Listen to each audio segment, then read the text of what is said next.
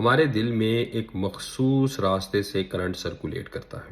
یہ ایسے ہی سمجھ لیں جیسے کہ سڑک پہ گاڑی چلتی ہے اور اس کا ایک مخصوص راستہ ہوتا ہے، لیکن کچھ لوگوں میں ایک اضافی راستہ بھی بن جاتا ہے۔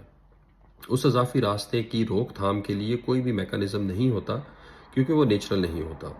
اس سے ہوتا کیا ہے کہ وہ کرنٹ بار بار آپ کے دل میں گردش کرتا ہے، جس کی وجہ سے دل کی دھڑکن اچانک سے تیز ہو جاتی ہے۔ آپ بیٹھے ہوتے ہیں لیکن دل کی دھڑکن تیز ہو جاتی ہے، آپ چلتے پھرتے ہیں، یا کبھی آپ کچھ کھیل رہے ہوتے ہیں یا کافی پیتے ہیں تو اس سے دل کی دھڑکن اچانک سے تیز ہو جاتی ہے، جو کہ ظاہر سی بات ہے کہ ایک بہت ہی زیادہ ڈسٹربنگ عمل ہوتا ہے۔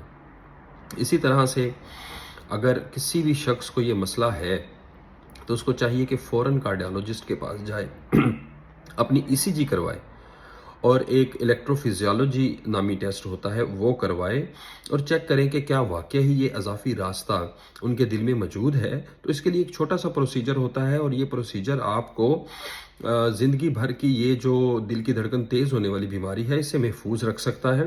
لیکن یہاں پہ یاد رکھنا ضروری ہے کہ ساری جو دل کی دھڑکنیں تیز ہوتی ہیں اس کی وجہ صرف اور صرف یہ اضافی مخصوص راستہ نہیں ہوتا۔